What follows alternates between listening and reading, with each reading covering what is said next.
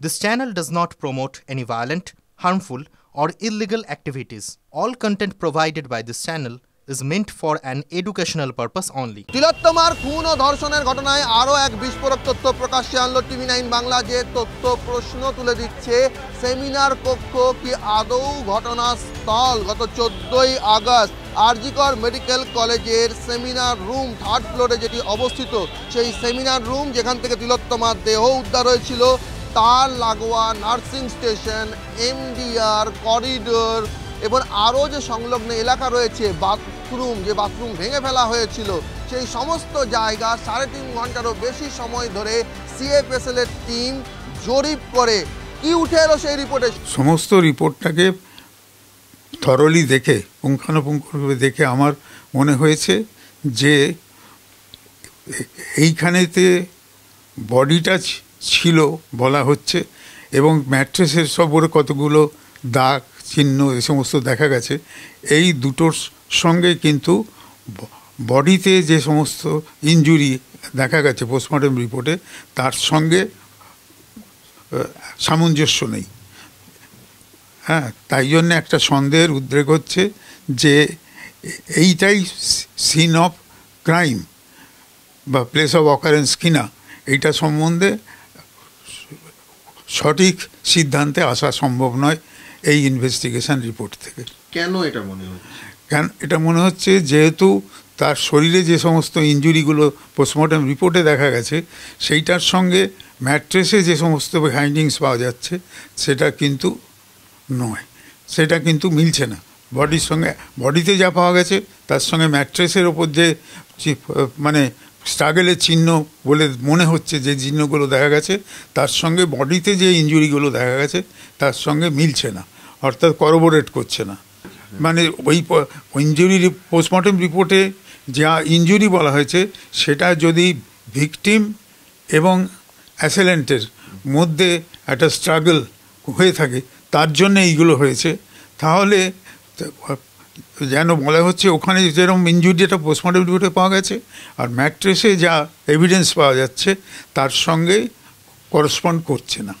প্রথম কথা হচ্ছে ভিকটিমের শরীরে ইনজুরিগুলো হয়েছে কীভাবে, সেটার যিনি অটোপসি সার্জন যারা ছিলেন আর কি 2-3 জনা, তারা বলতে পারবেন যে কীভাবে হয়েছে, তার কজ অফ ইনজুরি এবং ম্যানার অফ ইনজুরি কীভাবে হয়েছে তারা বলবেন। তারা দিচ্ছে বক্তব্যটার সঙ্গে, কিন্তু এখানে আমরা CFSL যে ম্যাট্রেসের ওপরে এবং সেমিনার রুমের আর পারিপার্শ্বিক জায়গায় যা যা দেখেছে, যেগুলো দেখে মনে হয়েছে এটা সাইন্স অফ স্ট্রাগল হতে পারে, দুটোর সঙ্গে করবোরেট করছে না, তার মানে মিসিং, মানে মিলছে না।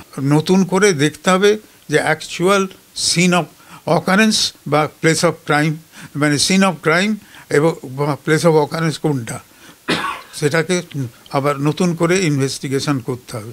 তাহলে ব্রড ডেড হওয়ার পরে পোস্টমর্টমে পাঠানো হয়েছে, সেখানে কিন্তু পোস্টমর্টম মর্গেতে পোস্টমর্টম করার সময় দেখা গেছে তার শরীরে এতগুলো ইনজুরি আছে। তাহলে সেই ইনজুরিগুলো তার কোথায় হয়েছিল? অর্থাৎ সেমিনার হলেতে ম্যাট্রেসের ওপর বলা হচ্ছে পড়ে আছে, এবং ম্যাট্রেসেতে এবং সারাউন্ডিং এরিয়াতে অনেকগুলো স্ট্রাগলের এভিডেন্স রয়েছে।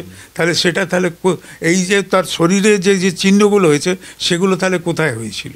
সেই রিপোর্ট, যা নথি TV9 বাংলার হাতে রয়েছে, সেই রিপোর্টে দেখা যাচ্ছে যে CFSL CBI-কে জানিয়েছে যে সেখানে যে দেহ পড়েছিল, তিলোত্তমার দেহ, তার যে আঘাতের চিহ্ন, সেখান থেকে যে স্ট্রাগল, যে ফাইট হওয়ার কথা অভিযুক্তের সঙ্গে, তার কোনো চিহ্ন, কাঠের যে পোডিয়ামের ওপরে তিলোত্তমার দেহ পড়েছিল, সেই ম্যাট্রেস এবং কাঠের পোডিয়াম এবং সংলগ্ন ওই সেমিনার কক্ষ চত্বর, কোথাও কোনো চিহ্ন নেই, কোনো স্ট্রাগলের চিহ্ন নেই, কোনো ফাইটের চিহ্ন নেই।